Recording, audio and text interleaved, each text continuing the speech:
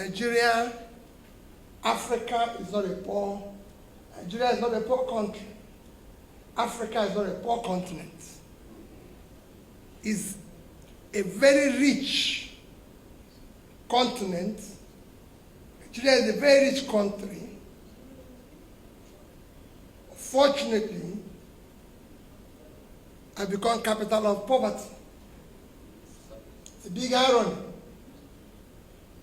that a continent like Africa, second biggest continent in size, second biggest continent in population, with all the young productive age that will drive the world, has become capital of poverty in the world. And when I listen to the resources, and what he concluded and said, they are going to negotiate. What is the Ogoni people going to negotiate? The government should be thanking them for coming up with an idea that will turn around the place. You don't need to negotiate. You don't negotiate what you have. I've said it.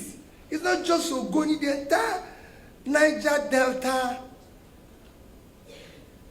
deserves apology for wasting their resources and wasting everybody's time. The entire country is rich. I'm not talking about just natural resources. We have it everywhere. Even those who don't have all it takes. We have empty land, all cultivated. Forget about what is underground. Today, little tiny country like Netherlands is with water is 41,000 square kilometers of land.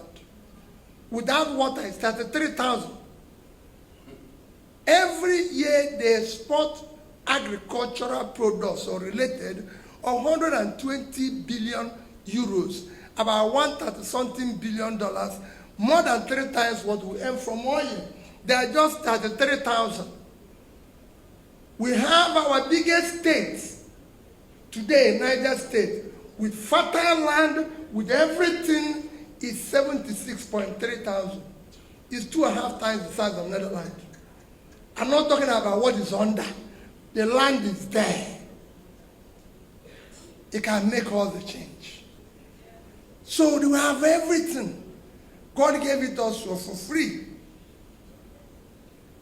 Tiny countries like Israel is feeding themselves and exporting agricultural products.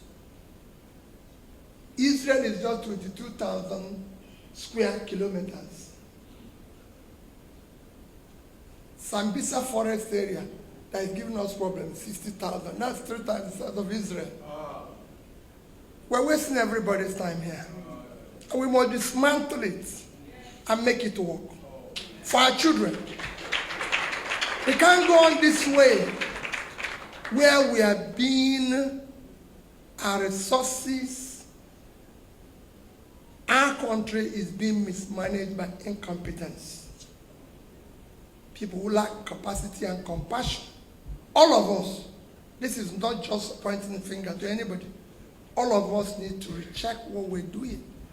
This soil, this areas and everything, if you go to Niger Delta today, the land is destroyed. They have nothing to show for that destruction. And nobody's appealing with them, and they're talking about negotiation. Negotiate what? When the whole place is filled with this. We can't cultivate rice just to feed. They say price of rice, this and everything. Third world countries like Bangladesh is today producing 10 times the amount of rice Nigeria produces. Bangladesh. The entire Bangladesh is 148,600 square kilometers. That is the size of our 2 biggest states. Niger at 76.3 and Borno at 70.8 is almost 148,000. And Bangladesh is producing 50 to 60 million tons of rice and we can't produce 10% of that. Go to Sierra Leone, go to Ethiopia. They are living off tea. They are living off coffee. You can grow that in Mandela. We have Taraba, 54 point something thousand square kilometers of land. With all that, we're not getting anything. So what went wrong here? Why are we wasting everybody and hurting our young people? Yes, there's criminality in the north. There's criminality everywhere.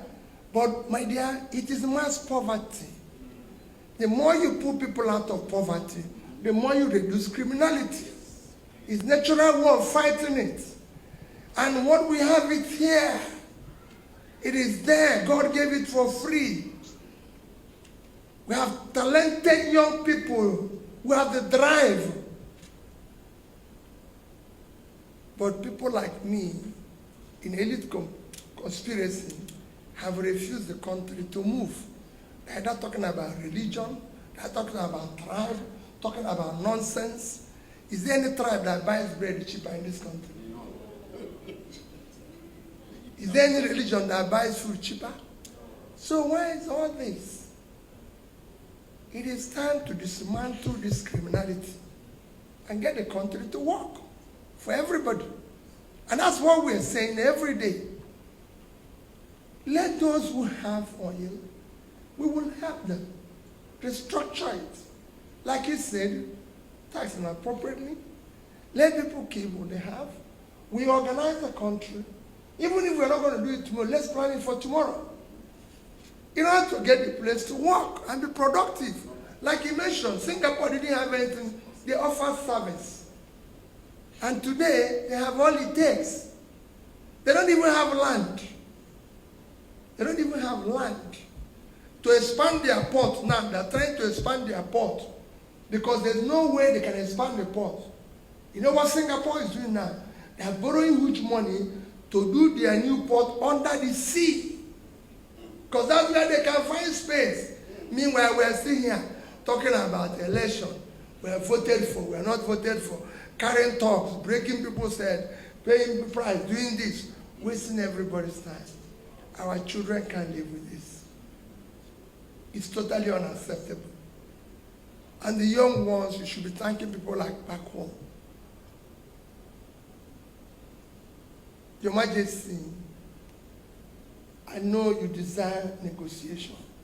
We have passed that stage. It should be begging you because they reaped what you have. It was destroyed. They should be the one coming to you to say, we are sorry. Not the other way around. And I've said it. We're going to apologize to the children of this country. We're going to apologize to everybody. If I have opportunity, I will apologize to everybody for having wasted their time. In a country where everything is there.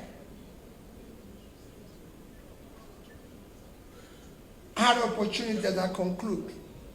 I was just talking to a general, a retired general.